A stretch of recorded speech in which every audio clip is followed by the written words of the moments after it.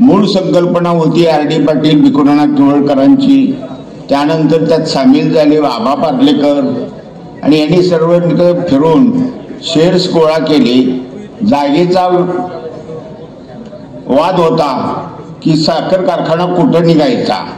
काही मंडळी म्हणायला लागली पार्ल्याच्या माळावर, काही म्हणले कोणेगावच्या माळावर. पण शेवटी चव्हाण साहेबांनी मध्यस्थी करून आता कारखाना आहे या ठिकाणी ह्या कारखान्याची परवानगी दिली. लोक आपल्या सर्वांना माहीत आहे की जे आता विद्यमान चेअरमन आहेत त्यांचे वडील या प्रक्रियेत कुठेही नव्हते. त्यांनी जाहीर कुठे एखादा पुरावा द्यावा की मी या प्रक्रियेत होतो कारखान्याच्या उभारणीच्या.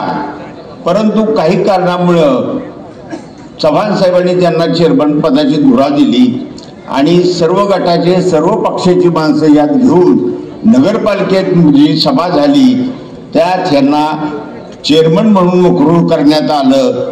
ते म्हणत होते मी काही या भानगडीत पडणार नाही, सहकारातला मला काही अनुभव नाही आणि माझ्यावर ही जबाबदारी देऊ नका. ते थोडेसे रुसले होते त्यावेळेला. पार्लेकरांना तिकीट दिल्यामुळं त्यांचं तिकीट कापलं गेलं होतं. त्यांना आत्ता यशवंतराव चव्हाण सुचले ते, पण त्या वर्षा 2 वर्षात ते कधी यशवंतरावांना भेटले सुद्धा नव्हते. मी जे पुरावा आहे त्याला, मी त्यावेळेला पंचायत समितीत सर्व्हिसला होतो. सर्किट हाऊसला येऊन नमस्कार करून जायचे आणि नंतर ज्यावेळेला चेअरमन त्यांना केलं त्यावेळेला मात्र ते सुराला लागले. मग साहेबांचा फोटो प्रत्येक पानावर प्रत्येक ह्याच्यावर देऊन त्यांचं समर्थन ते करायला लागले. ही बाब जुनी आहे. परंतु जो कारखाना उभा राहिला तो गोरगरिबांच्या 250 रुपये वरती उभा राहिला. 55 वर्षापूर्वी 250 रुपये म्हणजे आताचे 2.5 लाख रुपये आहेत. लक्षात घ्या. महागाईमुळं या लोकांनी त्यावेळेला कष्ट करून कर्ज काढून शेअर्स घेतले आणि त्याचे मालक आता हे झालेत. आपल्याला माहित आहे आपल्यावर गुलामगिरी होती. आपल्या भागानं, इंदुरी भागानं, मसूर भागानं स्वातंत्र्य सैनिक देऊन हा देश स्वतंत्र केला आणि आपली गुलामगिरी घालवली. पण दुर्दैवानं काही दिवसांनी ह्या कारखान्याची गुलामगिरी आपल्यावर आलेली आहे. आपला पोरगा जरी तिथं नोकरी लागला तर त्याच्या बापानं पुढे विरोधकांना भेटायचं नाही, त्याच्याशी बोलायचं नाही, त्याच्या घरी जायचं नाही, त्याच्या लग्नाला जायचं नाही. असली बंद आली. नाहीतर त्याला नोकरीनं काढतो भीती. साहेब येणार म्हणल्याने बापाने सगळ्यांनी उभं राहिलं पाहिजे ओळीनं. नमस्कार साहेब, नमस्कार, मी आलो इथं, ही दाखवायसारखी एवढी मोठी मानसिक आर्थिक गुलामगिरी आपल्यावर आलेली आहे. आता माझ्यासारखा माणूस, तुम्हाला माहित आहे मी आता या भागात बऱ्याच वेळा नोकरीतनं फिरलोय. अनेक निवडणुका, जिल्हा परिषद, पंचायत समिती, बाबासाहेब चोरेकरांच्या बरोबर मी सतत काम केले. तर ह्या भागात पाण्याची काय सोय लवकर झाली का? आता तरी काय आहे का? हा कारखाना कशासाठी काढला तर शेतकऱ्याचा सर्वांगीण विकास व्हावा. पण ह्यातली एकही गोष्ट झाली नाही. कारण त्यांचं धोरणच असं होतं की माणसं गरीब राहिली पाहिजेत, लाचार राहिली पाहिजेत आणि आपल्या अंकित राहिली पाहिजेत. एक छोटंसं उदाहरण सांगतो तुम्हाला मी. संचालक मंडळ जे असतं त्यातलं आता एकाने सांगितलं आपल्याला की मी असं सांगितलं तर माझ्याशी बोलायची बंद झाली. आता हे झाले. पण यांचे वडील असे होते की एक जण एका वार्डात म्हणजे गटात उमेदवार मिळत नव्हता आणि ते हुडकत होते इकडे तिकडे चांगला उमेदवार खूप असायची. तर एक जण सांगत आला, त्याला नाव सांगतो, आनंदराव पिसाळ. अहो म्हटले साहेब आपल्याला उमेदवार त्या गटात मिळाला, तुम्ही 2 दिवस विचार करताय की इथं उमेदवार कोण, तुम्ही मला सापडला. म्हटले कोण? तर आमका गावचा. म्हणजे वेळ लागलं का गुरुजी तुम्हाला? अहो आपलं ही वाळवा नाही, ह्याच्यावर धोंड ठेवायची असते ती. असलं तुम्ही माणसं हुशार माणसं आणून मला काही कारखाना घालवता का माझा? त्याला म्हणले अशा पद्धतीची सगळी विचारसरणी ही यांच्या या मंडळींच्यात आहे. आज ते प्रचार करतायत कारखाना वाचवा, आता वाचायचा काय राहिलाय? 200-700 कोटीचं कर्ज करून ठेवलंय. ही बदलली तर बरं, नाही तरी भाकरी पाक करापल्या दोळा झालाय तिचा. आणि आता वाचवा कशा जाता म्हणलं. आता ही सुधारला पाहिजे आपल्याला. यासाठी आपल्याला निर्णय घेतला पाहिजे. सुदैवानं आम्ही 40 वर्ष विरोध करतोय.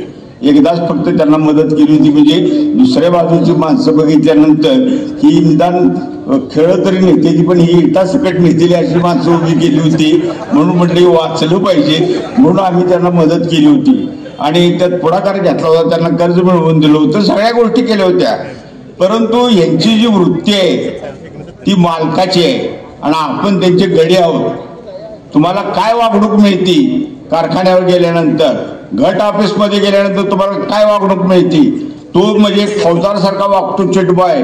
तुम्हाला म्हणतो परत या, नंतर या, तुमचा अजून नंबर लागायचा आहे, 3-3दा कशाला येत आहे. आणि वावरात गाड्या गेल्यानंतर ती गाडी वाहन तुम्हाला 200 ते 500 रुपयेपर्यंत एका गाडीला मागतात. मग तुम्हाला तो दर कसा पडला? जर ट्रॅक्टर असतील किंवा मशीन असेल तर एकरी पैसे द्यायला लागतात. म्हणजे आपण कोण आहोत? मालक आहे का गडी आहे त्यांचं? आणि यांनी कधी आयुष्यात बघितलं नाही कारखाना कसा चाललाय, लोकांचे काय हाल होतात. आज मला तुम्ही सांगा, जर हे बाहेरचे कारखाने नसते, म्हणजे शिवनेरी नसता, तुमचा ह्याचा जेवण शुगर नसता, दुसरा तो नसता, तर काय झालं असतं? अजून ऊस गेली नसते आपल्या भागातले कराड उत्तरचे. आणि ते मे महिन्यापर्यंत सुद्धा राहिले असते. कडबा म्हणूनच घालायला लागला असता कारखान्याला. आणि त्यांनी सुद्धा एका वेळेला बंद पडलं म्हणून तुमच्या रानातच ऊस राहिला असता. सुदैवानं बाजूला कारखाने झाले. बरं, हे कारखाने निघताना तरी त्यांना सुखानं निघून दिले का? कोर्टात केसेस आमच्या भानगडी करून आज बाजूला कुठलाही कारखाना निघता कामा नये. ही सगळी मांडलिक मंडळी आपली राहिली पाहिजे. आणि आज ज्या ज्या काही मागणं नंतर स्कीमा केल्या या भागात, त्या जवळजवळ सगळ्या बंद पाडत आलेल्या आहेत. उन्हाळ्यात सुद्धा त्यांना प्यायला पाणी नव्हतं. मनोजदादांनी त्या इरिगेशनचं पाणी इकडचं तिकडचं हंबरवाडी वेंगरवाडीचं जोडाजोडी करून आज आपल्या या कराड उत्तरमधली बरीचशी गावं पाण्याच्या पासून विमुक्त होती, ती तिथं पाणी सोडण्याचं काम केलेलं आहे. मी आता जास्त काही बोलत नाही. सांगायसारखं बरंच काकांनी सांगितले आम्हाला की त्यांना मदत करा. PD पाटलांचं पॅनल निवडून आलं पाहिजे. PD पाटील त्यांना रात्रीची येऊन भेटायची, माझं सगळं चुकलंय पण आता तुम्ही मला मदत करा. माझ्याजवळ येऊन गेलेले आहेत. त्यांचा मुलगा आता जो चेअरमन आहे, तुम्हाला गाडीतनं घेऊन जायचा काकांच्याकडं, काकांना समजावून सांगा, विचारा त्यांना आल्यानंतर, जात सुद्धा का नाही घेऊन वसंतरावच्या गड्याला. आणि आता त्याला ते सुचतंय.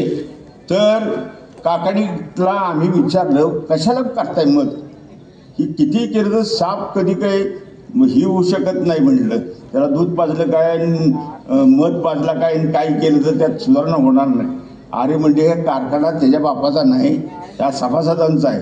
किंवा मोडला तर तुम्ही मोडला, तुमचे संसार मोडले. एक कारखाना उभा करायला थोडे कष्ट लागत नाहीत, मी बघितलेलं आहे म्हणले. तर हे कारखाना यांच्याच ताब्यात राहिला पाहिजे. त्यांनी बाकीचं काही करू द्या, तुम्ही पुढं मागं बदल करा. पण आत्ताची परिस्थिती अशी आहे की कारखाना अडचणीत आहे, त्याला मदत केली पाहिजे. म्हणून त्यावेळेला 16 का 17 कोटीची बिलं थकली होती. ती काकांनी बँकेच्या रिझर्व्ह फंडातनं त्यांना सुपूर्द केली. मग ते वाटले, मग हे फिरायला लागले. ही कारखान्याची अवस्था.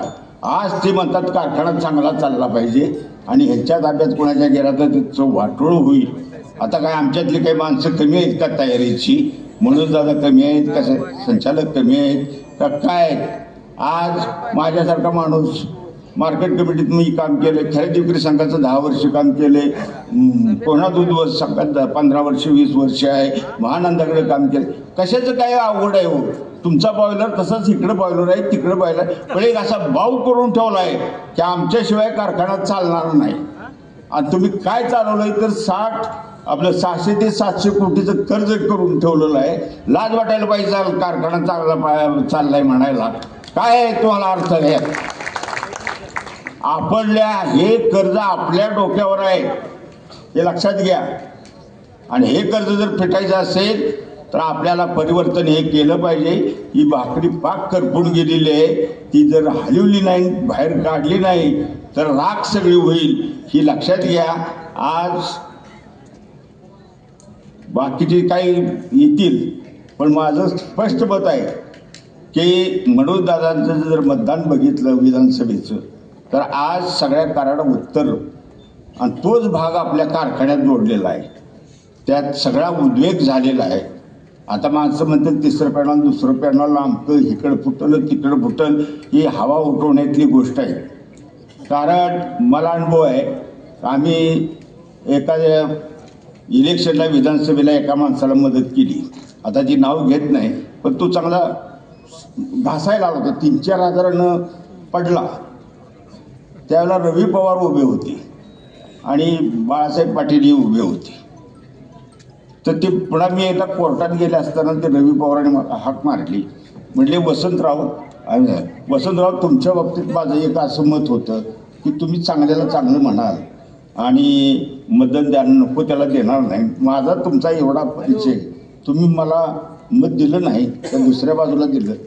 मी त्यांना सांगितलं आमचा शत्रू आम्हाला पाडायचे कुणाला, त्यांच्या जवळ कोण पोचलाय त्याच्यातच भर टाकायची होती आम्हाला.